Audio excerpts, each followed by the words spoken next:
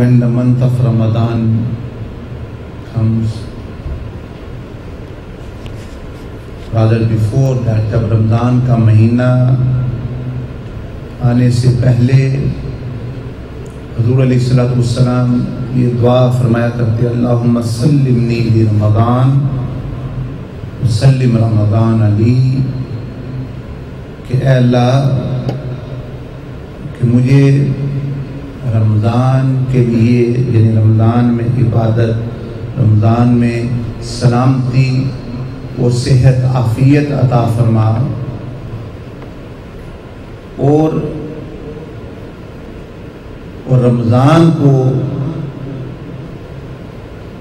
میرے لیے اور مجھ سے سلامتی عطا فرما۔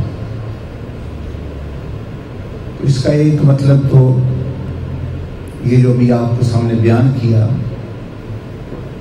اور ایک یہ ہے کہ ہم سلامتی میں رہیں، ہم صحت میں رہیں، رمضان شریف میں کوئی ایسی چیز، کوئی ایسا معاملہ نہ ہو کہ ہم رمضان سے فائدہ نہ اٹھا سکے، اس کی دعا کی جا رہی ہے۔ اور ساتھ ہی یہ کہ آپ سے رمضان کو کوئی نقصان نہ پہنچے، that you are not harmed in any way, in such a way that you are not able to benefit from Ramadan, but rather you don't harm Ramadan with your actions. How can you harm and be disrespectful to Ramadan? Is because Ramadan is precious, very valuable time. It's like it has a nisbah with Allah subhanahu wa ta'ala. تو رمضان کی جو نسبت اللہ جل مجدہ کے ساتھ ہے کہ اللہ کا مہینہ ہے، جس طرح مسجد میں دیکھیں بندہ جو غلط کام کرے گا، یہاں دنیاوی بات بھی کرے اس کو بہت گناہ ہوتا ہے، اگر وہ فضول گفتگو دنیاوی جس کے جو منع ہے شریعت میں اس قسم کی گفتگو کرے تو وہ منع ہے، جو گناہ کرے گا اس کا گناہ بہت بڑھ جائے گا۔ اسی طرح حضور علیہ السلام نے حرم شریف کے بارے میں فرمایا اس میں نیکی کا اجر زیادہ ہے۔ حضرت عمر رضی اللہ تعالیٰ عنہ فرمایا کرتے کہ باہر 70 گناہ کرنا اور حرم میں یعنی حرم مدینہ یا مکہ میں ایک کرنا، یہ ایک برابر بھی نہیں بلکہ اس سے بھی زیادہ ہے۔ تو جس نسبت کی جس چیز کی طرف اس کی بے ادبی ہو تو پھر وہ بندے کو بے ادبی کا گناہ جو بہت زیادہ ہوتا ہے وہ ملتا ہے۔ اب کتاب ہے تو قرآن مجید ہے تو اس کو کیسے ادب کرنا ہے کہ اس کو وضو کے بغیر ہاتھ نہ لگائیں وغیرہ۔ تو اسی طرح رمضان مہینوں میں ایک اللہ کا مہینہ ہے، تو اس میں حضور علیہ السلام سبق دے رہے ہیں کہ تم سے رمضان کو نقصان نہ پہنچے، کیونکہ اگر ایسا ہوا تو اس بندے کو پھر بہت نقصان پہنچے۔ جیسے نماز کے بارے میں بھی فرمایا ریگارڈنگ صلاح، نماز، رسول اللہ صلی اللہ علیہ وسلم said many people they offer salah in different portions, a different, you may say, spiritual presence of Allah subhanahu wa ta'ala. Some are rewarded 10%, some are rewarded 20%, some are rewarded 30%, and some who are not rewarded but rather because they stay heedless in the prayer. The Prophet ﷺ said their prayer, after they prayed, the salah becomes not in a good form, it's not given a good form in the spiritual world, and like an old cloth it's just thrown back at the face of the person. And then the namaz and the salah does a dua against that person. Oh Allah, likewise he destroyed me, destroy him as well. تو حدیث شریف میں آتا ہے کہ جو بندہ نماز کی حفاظت صحیح نہیں کرتا، درست نہیں پڑھتا، بغیر ضرورت کے ادھر ادھر توجہ اور اس طرح کی چیزیں، تو نماز اس کے خلاف دعا کرتی ہے۔ وہ کہتی ہے اللہ پاک اٹھتی نہیں، وہ آسمان تک جا نہیں سکتی، وہ قید ہو جاتی ہے۔ It becomes a prisoner, it becomes imprisoned. Every time when there is time for prayer in one day, 5 salahs come down from the heavens to earth. ہر بندے کے 5 نمازیں ہر روز اترتی ہیں، فرض فریضہ عبادت زمین پر. جو بندہ نماز نہ پڑھے یا پڑھے تو صحیح نہ پڑھے، اس کی نماز زمین پر ہی قید ہو جاتی ہے. It becomes imprisoned, can't go back. The other person who have prayed well, alhamdulillah, salah, his Rasulullah sallallahu alaihi wasallam said his salah becomes in a good form. It changes into a good form in the spiritual world, and it says, like you have looked after me, like you have blessed me, may Allah bless you. Allah bless him as well. And then that salah is gone back to the heavens. وہ اس کا عمل صالح آسمانوں پر چڑھ جاتا ہے. It goes back to the heavens where it came from.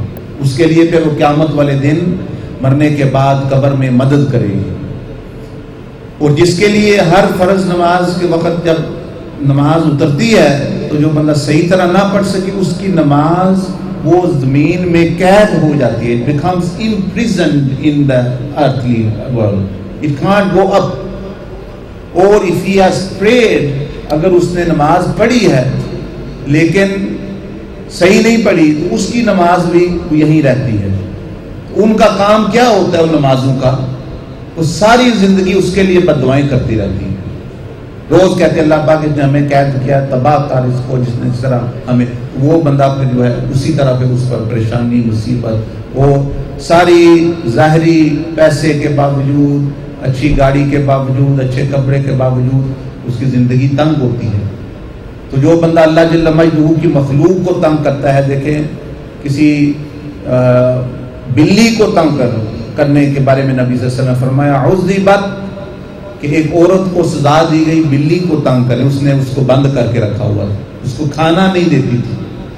تو جو بلی کو تنگ کرتا ہے اس کو جہنم میں بھیجا جائے گا. تو جس نے نماز کو قید بنا کے رکھا ہوا ہے، جس نے نماز کو قید کر کے رکھا ہوا ہے، روزے کو قید کر کے رکھا ہوا ہے، وہ واپس اوپر ہی نہیں جا سکتے. اس کا کیا بنے گا؟ اس لیے قضا نمازیں پڑھنا ضروری ہے. میں یہ آپ کو بتا رہا ہوں، ورنہ وہ نمازیں قید رہتی ہیں. جو ہی بندہ وہ اپنی قضا پڑھتے ہیں وہ آزاد ہو کے واپس اوپر چلی جاتی ہے. تو اس لیے یہ سمجھے یہ کہ پورا سسٹم ہے ان دا ان سین ورلڈ چل رہا. تو اسی طرح حضور صلی اللہ علیہ وسلم نے فرمایا کہ روزہ، یا اللہ مجھے روزے کے لیے، رمضان کے لیے سلامتی، پیس دے، security, and give security and peace to Ramadan and keep Ramadan safe from me. کہ آپ کوئی ایسا کام نہ کریں کہ جس سے وہ نماز کی طرح روزہ جو ہے وہ یہی بند ہو جائے، روزہ خراب ہو جائے، اور پھر وہ آپ کے لیے آپ کے خلاف دعا کرے بجائے اس کے کہ آپ کے حق میں دعا کرنے کی. تو اس لیے رمضان شریف میں بے احتیاطی قطعاً نہیں کرنی چاہیے. جو گناہ کے کام ہے، کبیرہ گناہ وغیرہ، یہ نارمل زندگی نہیں ہوتی رمضان میں. ان کو ایکسٹرا کیئر کر کے چھوڑنے کی کوشش کرے، ترک کرے. کیونکہ حضور صلی اللہ علیہ وسلم نے فرمایا کہ جو بندہ روزہ رکھتا ہے، فرمایا کہ اگر اس کے ساتھ کوئی جہالت سے پیش آتا ہے، کوئی لڑتا بھی ہے، وہ آگے جواب نہ دے. کیونکہ بعض دفعہ آپ نہیں کر رہے، کوئی دوسرا کوئی ایسی الٹی پلٹی بات کر دے تو پھر جو ہے وہ آپ ہوتا ہے. اس سے بندے کو ثواب اور صدقہ کا ثواب ملتا ہے. نبی صلی اللہ علیہ وسلم نے تو معمولی چیزوں پر اتنا اجر بیان فرمایا کہ کوئی مسلمان کاروبار کرتا ہے، کسی کا بزنس ہے، مثلا اس کی فیکٹری ہے، یا اس کی کوئی کمپنی ہے، اس کی کوئی شاپ ہے، یا اس نے کوئی زمین میں گندم وغیرہ اگائی ہوئی ہے. A person who is a farmer, shop owner, business owner. Rasulullah said that if, let's say, the birds, they eat from the harvest, from the fields of the farmer gets the reward of sadaqah, whatever the birds have eaten. Although he has not made intention, لیکن اس کو ثواب ملتا ہے. اگر کوئی جانور آ کے کھا لیتا ہے اس کی فصل، اس کو ثواب ملتا ہے. اگر کوئی بندہ چوری کر لیتا ہے تو اس کو ثواب ملتا ہے، وہ اس کو صدقے کا ثواب اس کو ملتا ہے، چوری بندہ کر گیا. اگر کوئی ضائع ہو گئی، کوئی آفت آسمانی آئی، بارش آ گئی، طوفان آ گیا، وہ اس کو صدقے کا ثواب ملتا ہے. جو خراب نکلی اس کو صدقے کا ثواب ملتا ہے. اسی طرح جو شاپ میں ہے، بزنس کر رہے ہیں آپ کا فروٹ خراب ہو گیا، کوئی چوری کر کے لے گیا، کوئی یہ ہو گیا، کوئی مطلب نقصان ہو گیا، وہ جتنے آپ کا کیپٹل ہے، آپ کا نقصان ہو جائے کاروبار میں، ٹھیک ہے دنیاوی طور پر نقصان ضرور ہو گیا، لیکن آخرت میں وہ صدقے میں چلی گئی آپ کی رقم. اس لیے اس میں پریشان زیادہ نہیں ہونا چاہیے. پریشانی تھوڑی بہت ہوتی ہے بندے کو، تھوڑا بہت نقصان ہو گیا، کسی نے چوری کر لی، کوئی 500 پاؤنڈ لے کے بھاگ گیا، یہ ہو گیا وہ ہو گیا، لیکن ساتھ یہ بھی جان لیں کہ یہ آپ کی آخرت کے اکاؤنٹ میں جمع ہو گئی، کیونکہ وہ آپ کو جو دکھ تکلیف آئی اس سے بندے کے درجات بلند ہوتے ہیں، گناہ معاف ہوتے ہیں. اور اس کے بارے میں، زمینوں کے بارے میں نبی صلی اللہ علیہ وسلم مسلمان کے لیے فرمایا، رسول اللہ صلی اللہ علیہ وسلم، مجھے تو بہت تعجب ہوتا ہے مسلمان کی حالت پر، مومن کی حالت پر. The Prophet صلی اللہ علیہ وسلم said, how wonderful state is of a Muslim, a mu'min, if any calamity come upon him and he becomes patient and he gets reward and blessing from Allah subhanahu wa ta'ala. And if any blessing comes upon him, he experiences a good blessing, he becomes thankful, shukr guzar, and then he gets a closeness to Allah subhanahu wa ta'ala. فرمایا beside a believer, no disbeliever can have this facility, and this actually a blessing. نبی علیہ السلام نے فرمایا کہ مومن کی حالت کتنی عجیب ہے، اس پر مصیبت آتی ہے وہ صبر کرتا ہے، اس کو قرب ملتا ہے، اللہ پاک کا ثواب ملتا ہے. اگر نعمت آتی ہے شکر کرتا ہے، اس کو قرب ملتا ہے. تو دونوں حالتوں میں. اور اگر بلیور نہیں ہے، مصیبت آئے گی، روئے پیٹے گا، ہائے کیا ہو گیا، دوسروں کا اور نقصان کرے گا. اور نعمت مل گئی تو اس کو نافرمانی میں استعمال کرے گا. تو آپ یاد رکھیں، یہ جو لوگ کاروبار کرتے ہیں، کسان ہے، باعث زمینیں، وہ تو دوسرے ملکوں میں، یہاں بھی ہے، ہوتی ہے کافی وہ چیزیں لگاتے ہیں لوگ، یا شاپس ہیں، منڈیاں ہیں، کاروبار ہیں. مطلب ایک بندہ ورکر، اس کا ورکر پیسے لے کے بھاگ گیا، ہوتا تو نہیں، زیادہ تر تو امپلائر کھاتے ہیں ورکروں کے، لیکن کئی ورکر بھی ایسے ہوتے ہیں. لیکن مثال دے رہا ہوں کہ بھئی اگر وہ کھا گیا تو اس کو صدقے کا ثواب ملے گا، لیکن حالانکہ اس نے نیت نہیں کی. حضور علیہ السلام نے فرمایا کہ مومن یا کوئی کاروبار کرتا ہے، کوئی زمین کاشت کرتا ہے، کوئی چیز، تو یہی آپ کو عرض کر رہا ہوں کہ یہ بھی روحانی کاشت کرنے کا مہینہ ہے، روحانی کاشت کرنے کا مہینہ ہے رمضان. اس میں سو the seed in this month. تو اس میں جب لگائیں گے تو آپ تو لگا رہے ہیں، حفاظت کر رہے ہیں اپنی رمضان کی، تراویح کی، ساری چیزیں، لیکن سستی کہیں آ گئی، کہیں غلطی سے کوئی کمی کوتاہی ہو گئی تو وہ اللہ جل مجدہ اپنے فضل سے معاف کر دیتا ہے، معاف فرما دیتا، بھائی اس بندے سے جو ہے وہ ہو گئی. لیکن یاد رکھیں جب غفلت ہوتی ہے تو باہر آپ ہیں، اللہ پاک کو یاد نہیں کر رہے تو گناہ نہیں ہے، نیکی بھی نہیں مل رہی، گناہ بھی نہیں مل رہا. مطلب آپ چل پھر رہے ہیں، you are walking about, you are doing business. If you remember Allah subhanahu wa ta'ala is with me, watching me, remembering good and well, you get reward. If you do not, you don't get any sin. But in the salah, نماز میں غفلت معاف نہیں ہوتی، یہ یاد رکھیں. نماز میں اللہ کا غفلت معاف نہیں کرتا. وہ تو 5-7 منٹ کے لیے بلایا ہی آپ کو، اس لیے گیا کہ آپ پریزنس میں رہیں.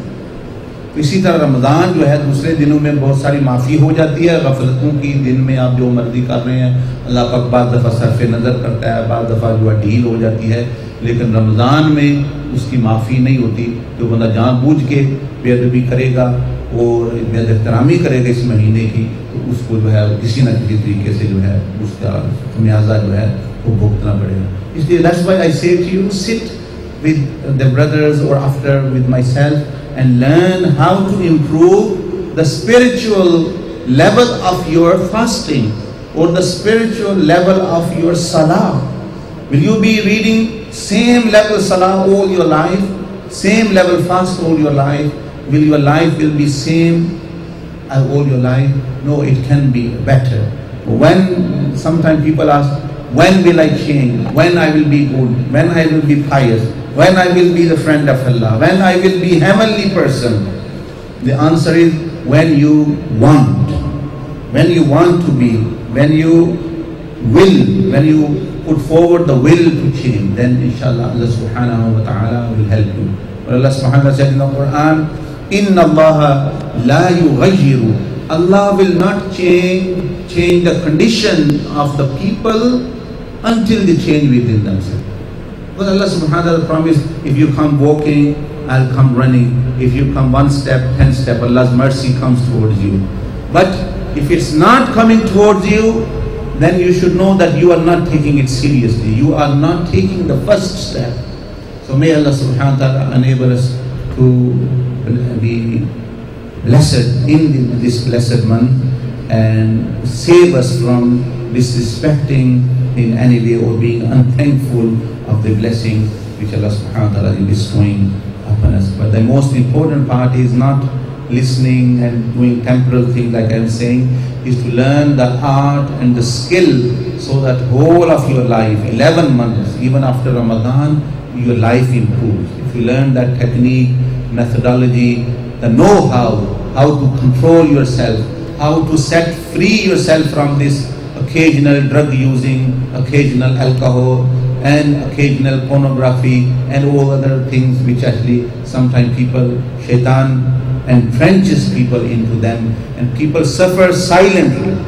People suffer silently. وہ خاموشی سے نقصان اٹھا رہے ہیں, شرم کے بارے میں بتاتے نہیں. اس میں شرم کی بات نہیں. جیسا ڈاکٹر کے پاس جاتے ہیں, کھوڑا نکل آیا, بازو پہ نکل آیا, کمر پہ نکل آیا, تو آپ دکھاتے ہیں اس کو. آپ نہیں کہتے میں تو شرم ہو, مجھے کینسر ہو گیا ہے لیکن مجھے شرم آتی ہے, میں نہیں ڈاکٹروں کو دکھانا. نہیں دکھاتے ہیں, کہتے ہیں یار کینسر بیماری ہے, اس سے شفا ملی. اسی طرح آپ کے مشورہ کریں. یہ روحانی بھی طبیب, روحانی ڈاکٹر بھی ہوتے ہیں, تو اس سے مشورہ کریں, اپنی برائی جو بھی ہے وہ بتائیں تاکہ آپ کو حل بتایا جا سکے, میڈیسن پرسکرائب کی جا سکیں. لیکن پھر آپ کا کام ہے میڈیسن لینا. اگر آپ اس کے بعد میڈیسن نہیں لیں گے تو پھر کوئی فائدہ نہیں. ایک مثلاً ڈاکٹر کے پاس بندہ آتا ہے, وہ کہتا ہے پیراسیٹامول لو, وہ نہیں لیتا, اب اس کا سر کیسے ٹھیک ہوگا. ایک بندہ ڈینٹسٹ کے پاس جاتا ہے, وہ کہتا ہے برش کرو روزانہ وغیرہ, وہ نہیں کرتا. ایک بندہ لوئر کے پاس جاتا ہے کہ بھئی میں یہ میرے چارج لگ گیا ہے. لوئر کہتا ہے اچھا آئندہ تم 9 بجے کے بعد باہر نہ نکلنا, تم پر پابندی ہے, تو تم انشاءاللہ جلدی جیل سے تمہارا کیس ختم ہو جائے گا. وہ نہیں پابندی کرتا. وہ 10 دفعہ لوئر کے پاس آئے لیکن اس کو فائدہ نہیں ہوگا. لوئر کہہ رہا یہ سائن کر دو, وہ سائن نہیں کر رہا, جا کے وہ جاتا ہی نہیں. وہ کہتا ہے کورٹ میں جاؤ, وہ جاتا نہیں. مطلب یہ کہ مشورہ کرنے کے بعد اس مشورے پر جب تک عمل آپ نہیں کریں گے آپ کو فائدہ نہیں ہوتا, نہ دنیاوی ہوتا ہے, نہ دینی, نہ روحانی. تو اللہ پاک مجھے آپ کو سمجھ عطا فرمائے. توجہ کر لیں, 2-3 مرتبہ درود شریف پڑھ لیں. پھر جو ہے استغفر اللہ صلی اللہ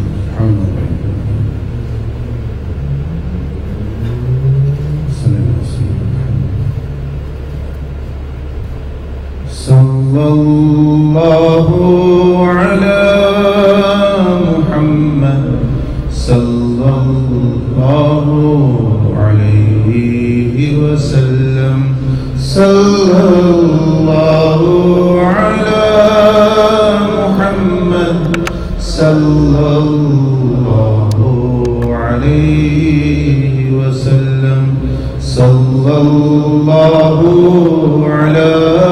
محمد صلی اللہ علیہ وسلم صلی اللہ علی محمد صلی اللہ علیہ وسلم صلی اللہ علی محمد صلی اللہ علیہ وسلم صلی اللہ علی محمد صلی اللہ علیہ وسلم صلی اللہ علی محمد صلی اللہ